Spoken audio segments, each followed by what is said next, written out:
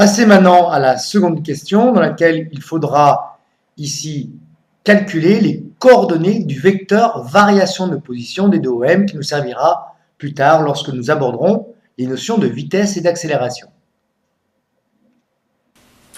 J'ai réécrit les deux vecteurs position de la mouche à l'instant T1 et T2, que je peux écrire de cette forme-là, sous cette forme-là ou sous cette forme-là, avec les trois coordonnées de chaque point M. Et maintenant, on vous demande quelle est la variation du vecteur position OM. Petite variation, on note ça avec un petit d. Grande variation avec un delta.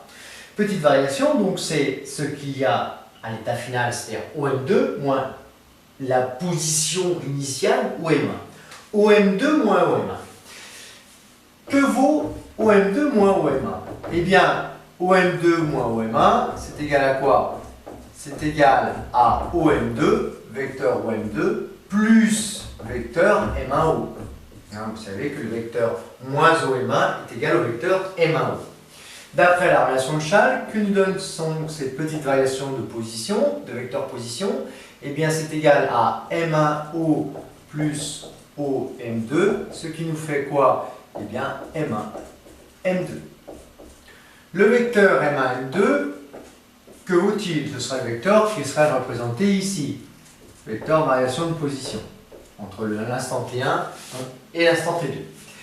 Et bien M2 c'est égal à quoi? Eh bien x2 moins x1 fois le vecteur ux, y2 moins y1 fois le vecteur u de y,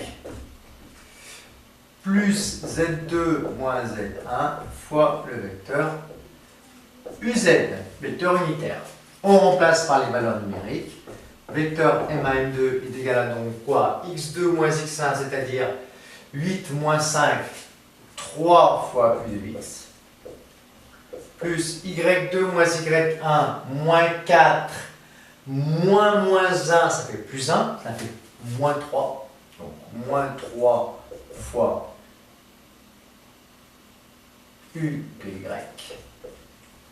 Et puis z2 moins z1, 3 moins 3, eh bien, ça fait 0 fois u de z. Que représente M1, M2? Eh bien, une petite variation de position sur l'axe des x, qu'on aurait pu noter dx fois u de x, plus une petite variation de position sur l'axe des y, plus dy fois u de y, plus une petite variation, dans ce cas-là nulle, sur l'axe des z, de position sur l'axe des z, c'est-à-dire dz fois u de z. Voici que vaut le vecteur variation de position d'un point M dans le repère cartésien dx fois u de x plus dy fois u de y plus d de z fois u de z,